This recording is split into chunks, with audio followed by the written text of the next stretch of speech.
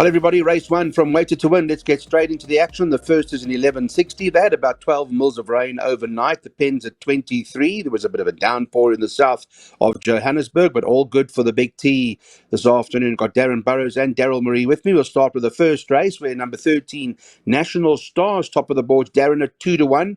One Iron Sky is currently trading at 7-2.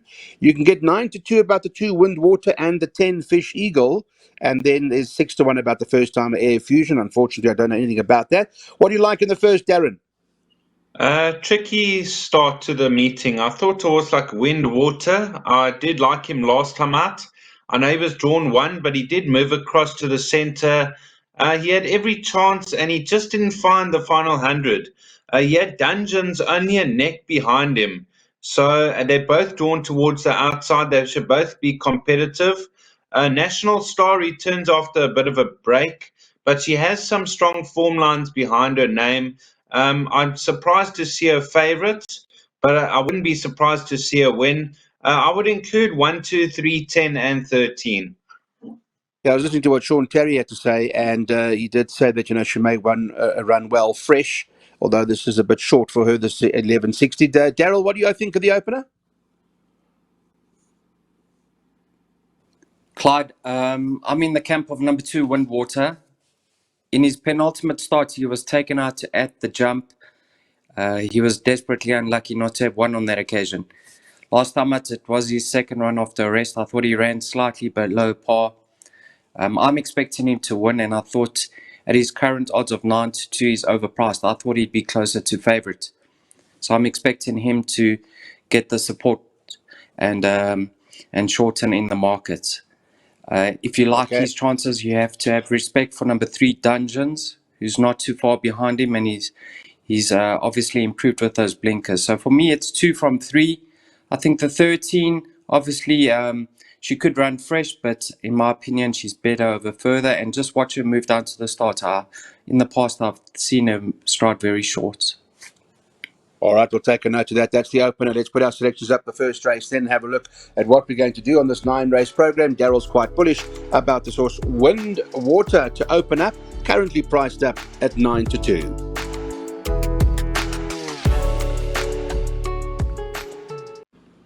Second race on the card for the turffontein meet. Number 1, Splendid Season for Lucky Udalakis, who's been holding very good form, is priced up at 2-1. Heart of Eternity, second choice, at 3-1. I see Cabela Matsanyani's got the ride. The 3, Tiz Magic, is trading at 5s. And you've got the 2, Gregarious Gal, who's marked up at 11-2. Those are the 4 principal runners, Darren, in the opening leg of the bipod. What do you like? Well, I did like originally the scratching Winter Muse, but with the scratching of Winter Muse, a horse that wasn't far off her previously, Splendid Season. Now she comes into the race with the strongest form lines. She's run off Southern Skies, Gimme a Light, Kinky Boots, highly regarded. And in this type of company, I think it's time that she breaks the maiden ranks. Okay, Splendid Season, top of the board, and the one to beat now that Winter Muse is out. Daryl, your view? Yes, Clyde, I'm also quite big on number 1, Splendid Season. In her latest start, when she ran 4th behind Kinky Boots, I think the first 3 past the post are going to be above average starts. Her penultimate start, when she ran 3rd behind Gimme a Light, there's winners from there in Princess Ilaria and Save the Queen. We obviously saw Gimme a Light run 2nd in her handicap debut behind Winter Greeting. She does get fitted with the blinkers for the first time. I hope she settles on the way down to the pens. And if that's the case, I expect her to win. Just with regards to my bipot and my PA, I did have the scratching number 13 Winter Muse in. So let's hope number 1 does start to out favourite so that we can double up. Okay, that does appear to be likely. Well, let's have a look at the perm and put that together for you guys. You can take a look and take a note, and obviously do what you need to do with regards to race number 2's permutation, which you'll have a look at in just a moment, where, as you heard, Daryl did say that he has put obviously the scratching in to make note that number 13 on the card is in there. All right, so that'll obviously lead you to a double up, hopefully, and with that particular cost that's displayed on the screen is the way we'd like to get this bipot going today.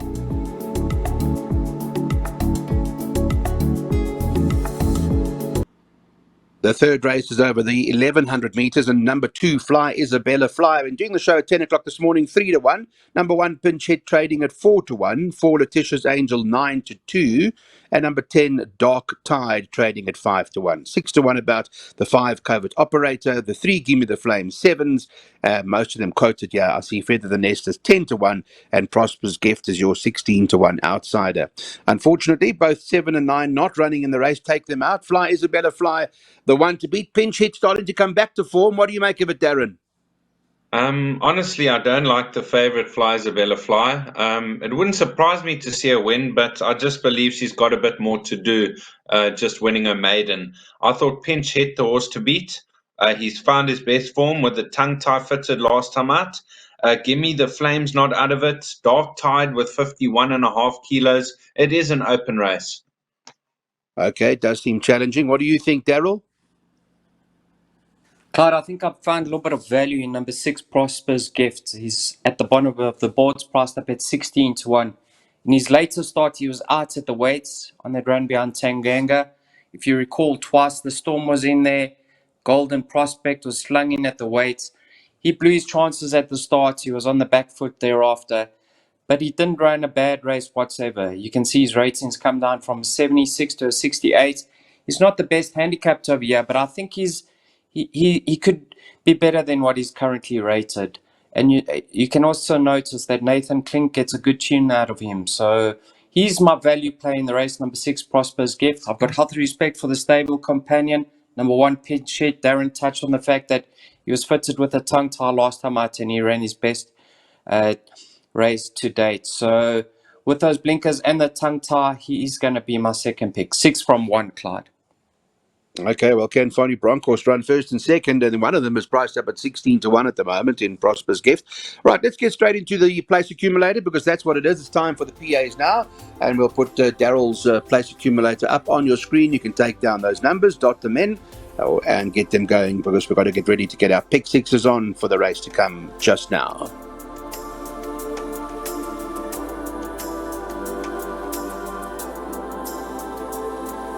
Time for the pick six. Let's get on. It's over the mile, the 4th race on the card. 5 to 2 about number 5, Captain for the Brett Crawford stable. It looks the right horse now that this horse has come out.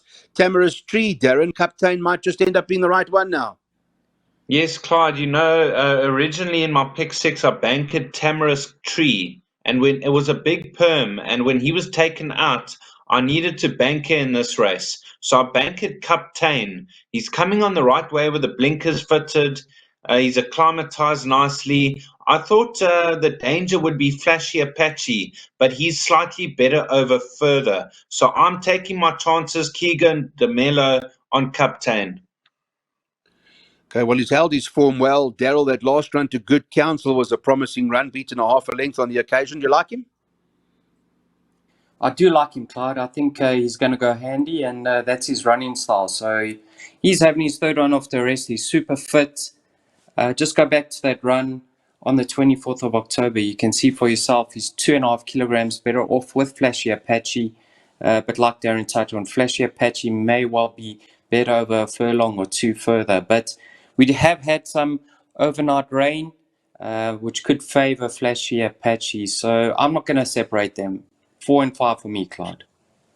Okay, those are the two. Let's get Darren. He works on his pick sixes and he likes to put them up. So let's get that pick six up from Darren's side. Now we know that the original banker out of their Tamara's Tree, and so Captain is where Darren is going to, or who Darren is going to depend on to win the opening leg of today's pick six. Quite a competitive one, as you can see, challenging for this afternoon's race meeting, and we're looking forward, hopefully, to a super Christmas dividend.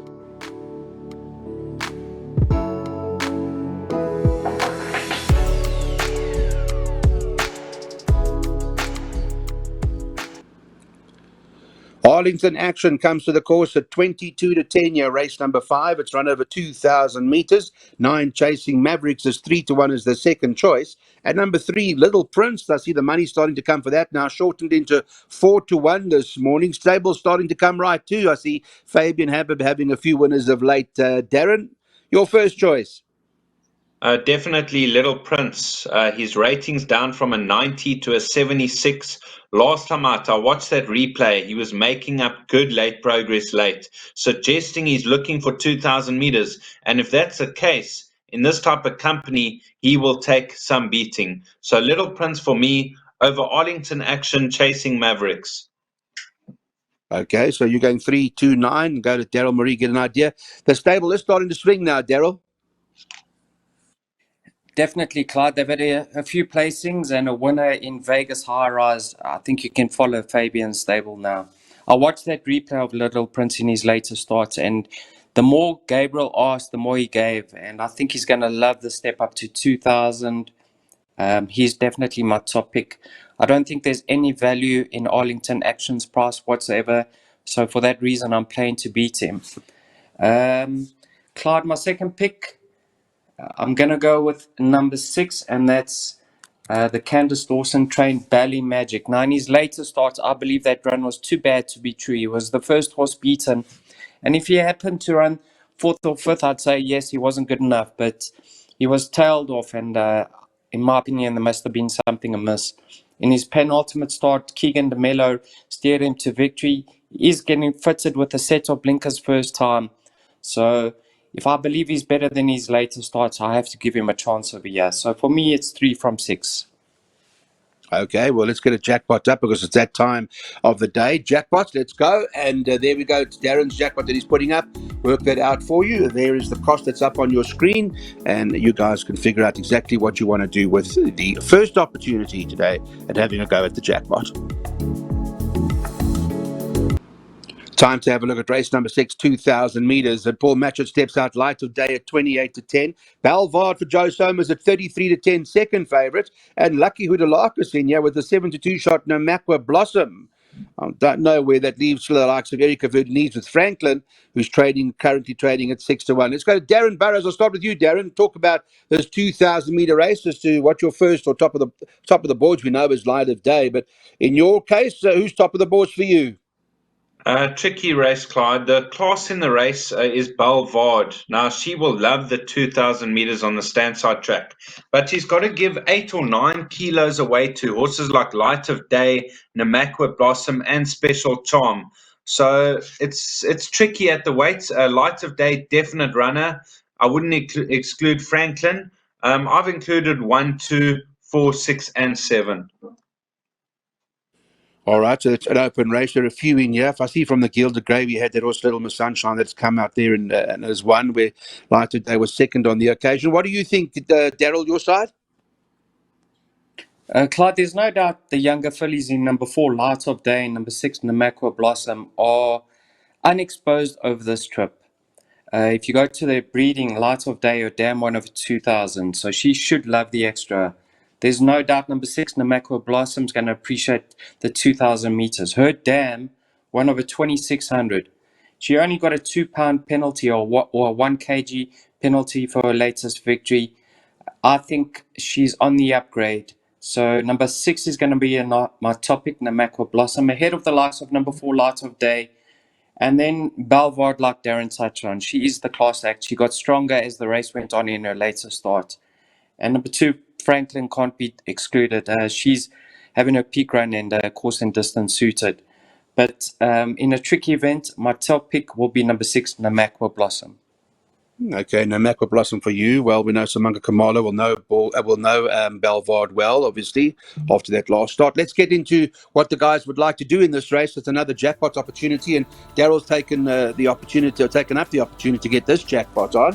And for that cost, he's spending 240 Rand on the final jackpot, which takes you all the way to race number 9. 7th race on the card, and Roy Magna's got Trident King top of the boards here at 15-4.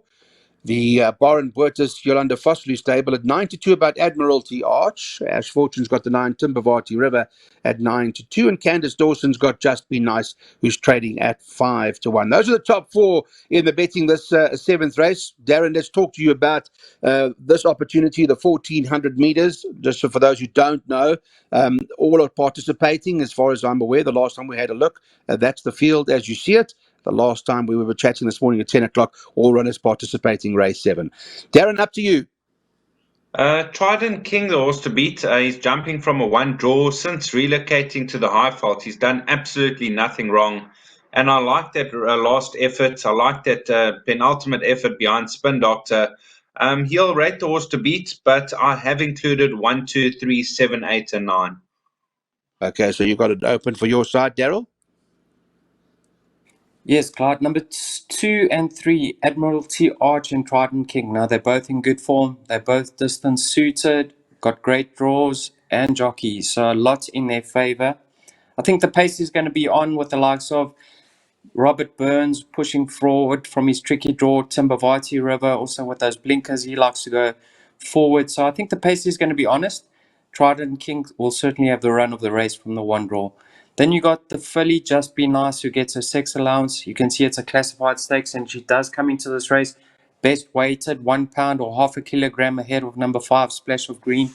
With Keegan DeMello from a 2 draw, she can just slot in behind Trident King and would be no surprise to see her feature in the finish. Yeah, okay, she's got a chance. Of course, we saw Sia Pambile come from that Tulip Tree form line. All right, thanks, Daryl. Let's get our selections up now for this event. Guys can have a look what you want to do. Yeah, it's a trifecta race, and as you can see, it's quite open. The guys each like different horses, so it does become rather competitive. Perhaps a healthy return to come.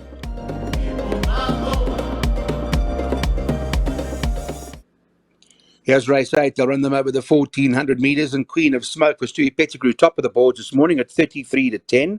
Unconditional Love is 9-2 from the Brett Crawford stable. Sean Terry stepping out Emerald Princess here, trading at 5-1. Has given a comment about Emerald Princess when you go into 4 Racing TV, listening to what he had to say in his interviews. And number 6, Magical Flight, who's trading at 6-1. Daryl, I'll come to you. Let's talk about the 8th race on the card now, that's run over the 1,400. I know that in your pot, I think you had just 2 horses in the jackpot. So let's talk about those.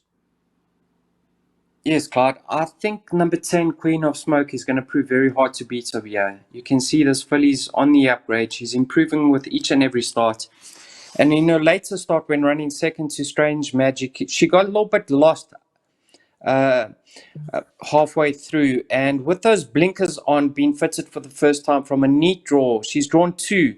She's only got 52 kilograms to shoulder. I'm sure she'll be sharper this time round. And hopefully she can just slot in behind the likes of number 1, Midnight Jam, who appears from a one draw to be the likely pace setter. So a lot is in number 10's favour, Queen of Smoke.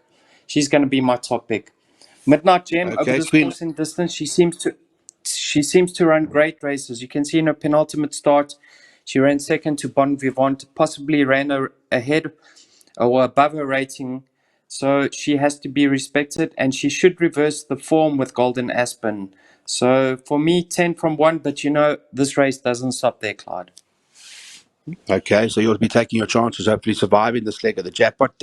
Darren, is it as open as Daryl makes it out to be as well? I mean, I know he likes 1 and 10, but for your side?